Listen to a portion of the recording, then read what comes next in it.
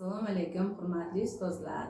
1-iyun bolalarni himoya qilish kuni munosabati bilan olinadigan chellenjda men Pop tumani Uyg'ur MFIga qarashli 52-maktabgacha ta'lim tashkiloti direktori Layzafa Numonxonovaga, shu jumladan 52-maktabgacha ta'lim tashkiloti faoliyat yuritayotgan barcha xodimlariga, shu qatorda Qaldirg'och nomli guruh tarbiyachisi Ariftopa Tursunovaga, farzandim Shuhratalib Shohbek nomidan, qolaversa o'zim, oila a'zolarim nomidan minnatdorchilik bildiraman.